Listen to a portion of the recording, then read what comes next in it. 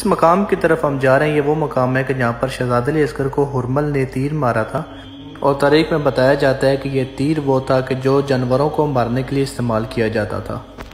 एक और रिवायत है कि जो तीर शहजादे अली असगर को हुरमल ने मारा था वो तीर इतना वजनी था कि अगर शहजादे अली असगर इमाम हुसैन अलैहिस्सलाम के हाथों में ना होते तो वो तीर हवा में जिधर जिधर जाता शहजादे अली असगर को साथ लेकर जाता।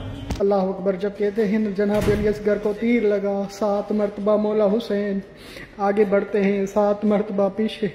मौला हुसैन को समझ में नहीं आता था मैं खैमे गया की तरफ किस तरह जाऊं। अल्लाह अकबर, क्योंकि आपने कहा था मैं बच्चे को पानी पिलाने जा रहा हूं जबकि उसको तीर लगा हुआ है। अल्लाह अकबर।